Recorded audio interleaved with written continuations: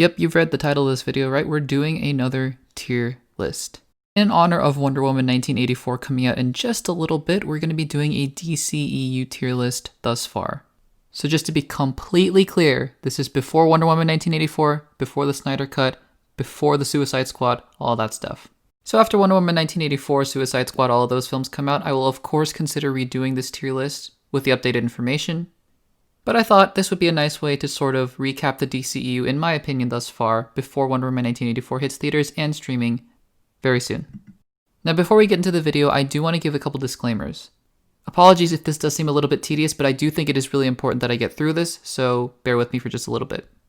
One, as with all of these videos, reviews, editorials, tier lists, this is my own opinion. And as such, and as movies are pieces of art that are subjective to our own personal experiences and views, I'm going to see these movies a little bit differently than all of you are, and that's fine.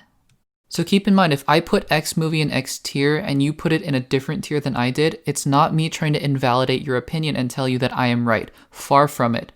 This is me saying this is what I believe, and I'm going to give my best explanation as to why I believe what I believe, but that in no way, shape, or form invalidates your own opinions about these movies.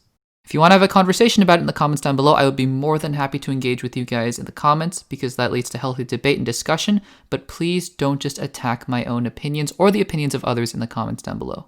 Secondly, my sense of scale with these movies and the places that I'm going to place them on the tier are sort of relative to how I view these movies in relation to each other. So for example, let's just say I put a movie in a Marvel tier list in the C tier, and I put a movie in this DCEU tier list in the C tier as well.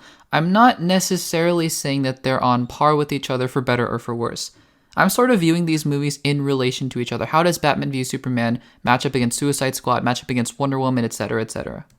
This will become a little bit more apparent with a couple of my picks later on, but anyways, you'll see. I just wanted to bring that up right now before we get into the video. Thirdly, this is all subject to change. If I do this DCEU tier list again in a year, this might be completely different. And I want you guys to know, I haven't seen these movies in a while. I'm going to be completely upfront and honest with you. It's not entirely like the MCU where I saw all the films back to back to back and then started to review them and rank them. These films aren't necessarily as fresh in my mind as they would be for the Marvel Cinematic Universe. So again, please keep that in mind. My opinions may change. This is not set in stone. Just want to make that clear. And lastly, yes, there will be major spoilers for all 8 of these DCEU movies, so you've been warned.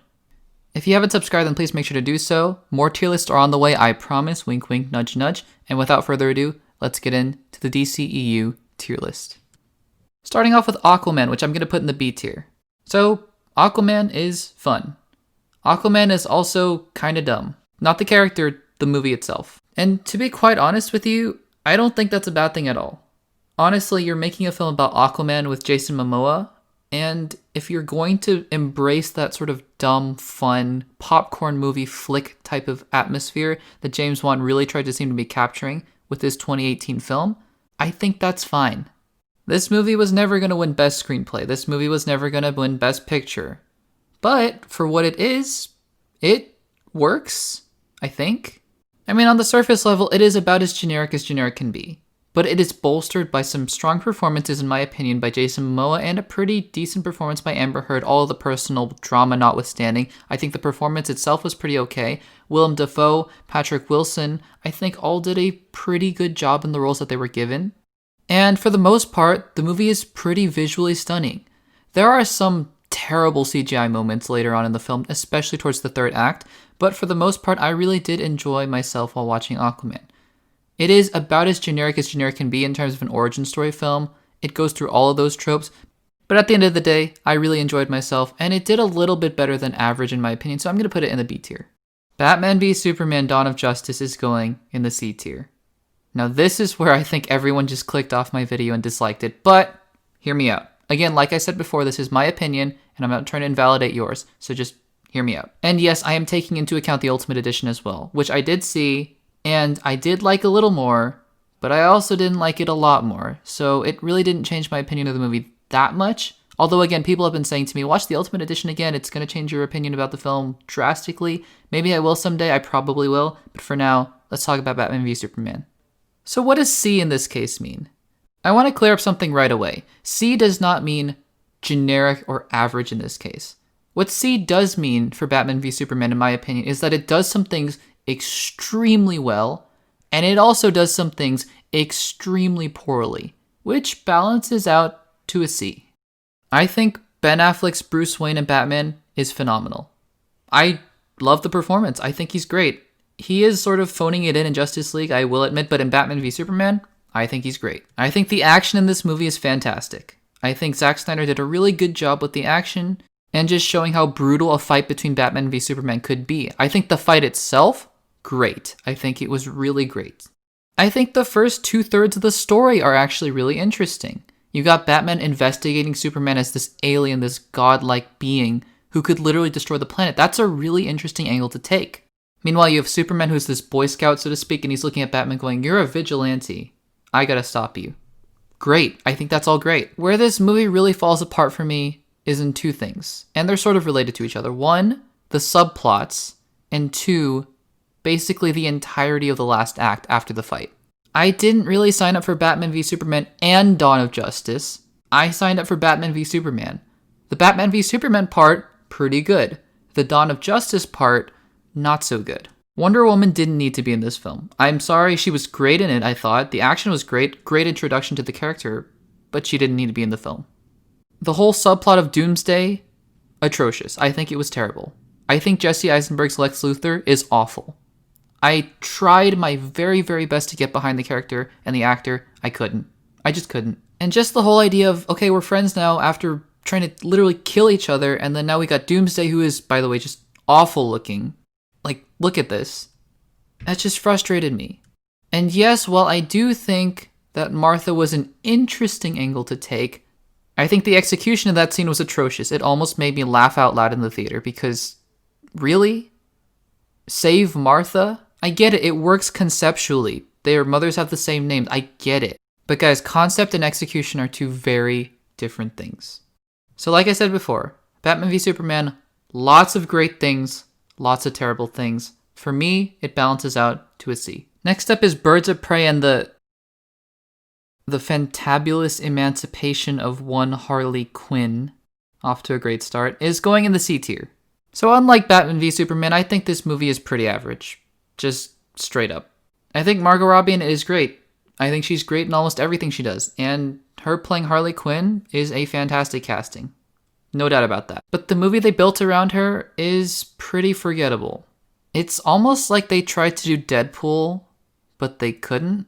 And what they ended up with was a fine film. It was funny in parts, it was boring in parts, the ending was kind of strange. Ewan McGregor was fine, he was okay.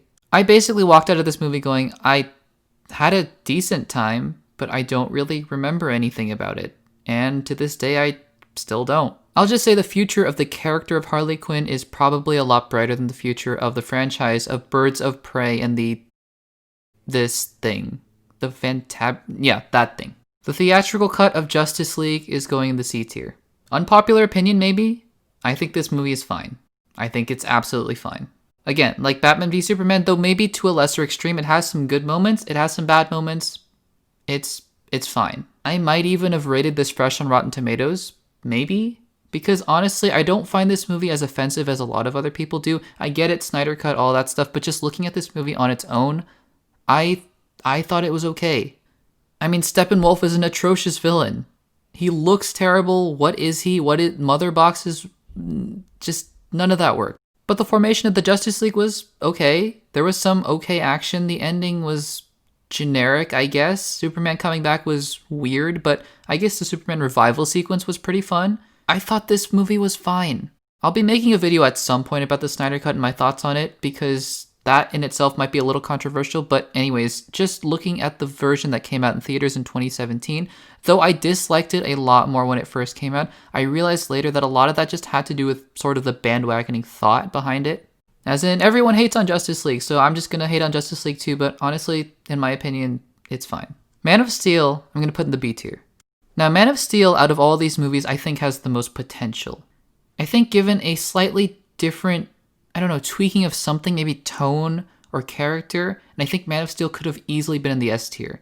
Because the message behind this film is powerful. The way they characterize Superman, and the way that Snyder deals with Jor-El and Clark Kent and Pa Kent just sort of grappling with this idea of identity, I think that was really well done.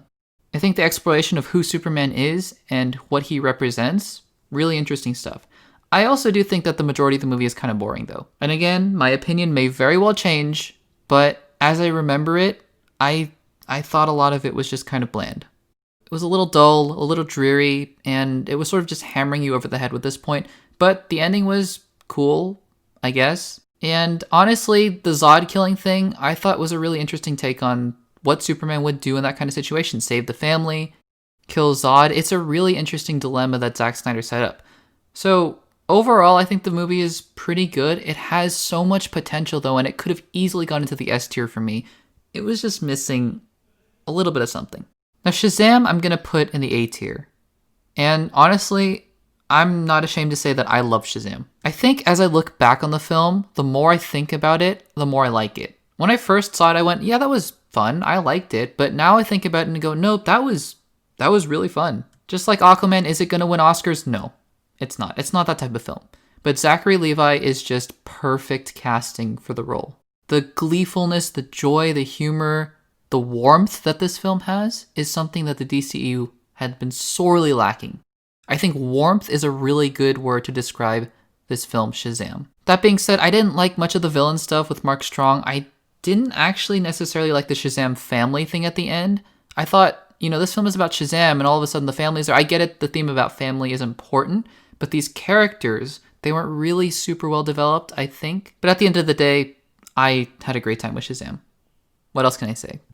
Suicide Squad, I'm going to put in the D tier. And honestly, maybe controversially so, I think it's pretty close to the C tier.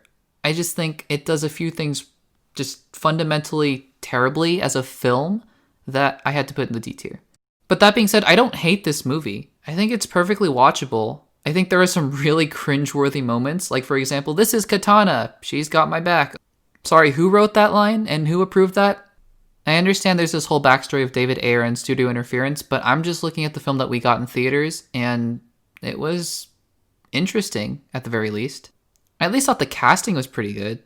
Like Joel Kinnaman, Will Smith, the aforementioned Margot Robbie, Viola Davis, even Jared Leto. I personally am okay with Jared Leto's Joker. I think he does a few things just strange. And not in a Joker sort of way, just a Jared Leto sort of way. But regardless, I think he was fine. I just think the story was rather uninspired, and yeah, there were just some really bad moments. And also Enchantress is awful.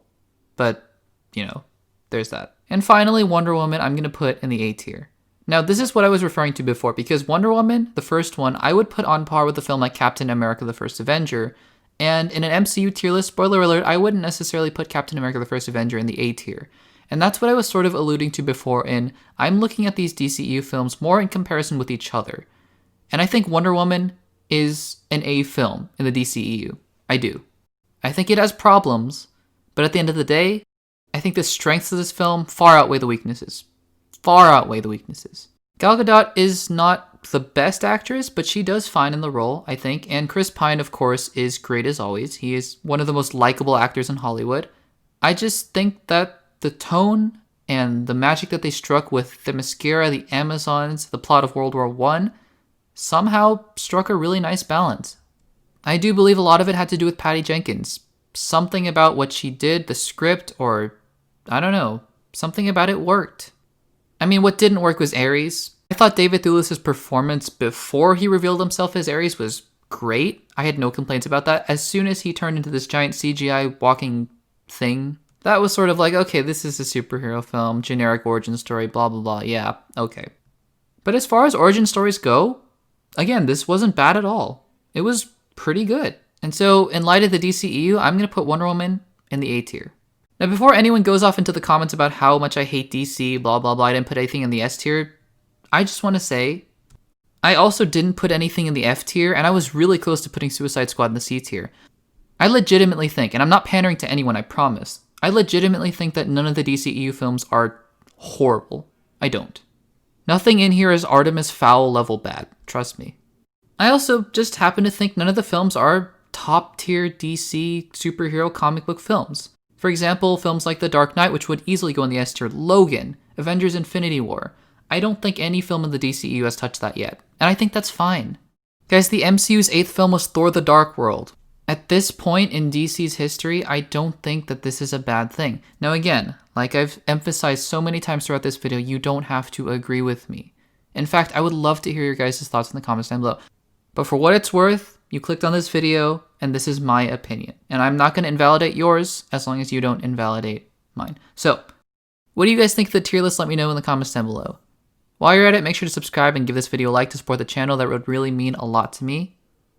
And yeah, more tier lists are on the way. After how successful the Pixar video was, I will definitely be looking into making more of those videos because you guys seem to really like it and I love making them. So more on the way. If you want to check out some more videos, check out the videos on the screen right now. Thanks for watching and I'll see you in the next one.